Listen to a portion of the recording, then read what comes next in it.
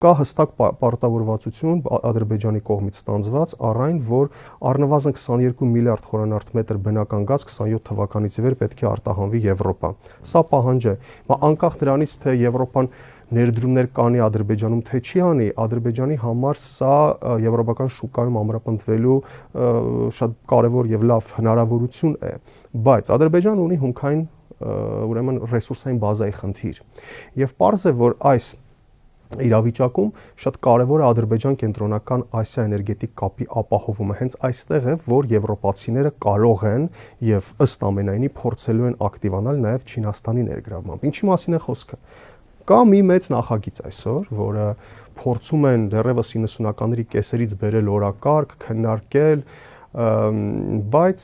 այդ նախագիծը պարբերաբար բախվում է բազմաթիվ աշխարհաքաղաքական խնդիրների։ Խոսքը այսպես կոչված Անդրկասպյան գազամուղի կառուցման մասին է,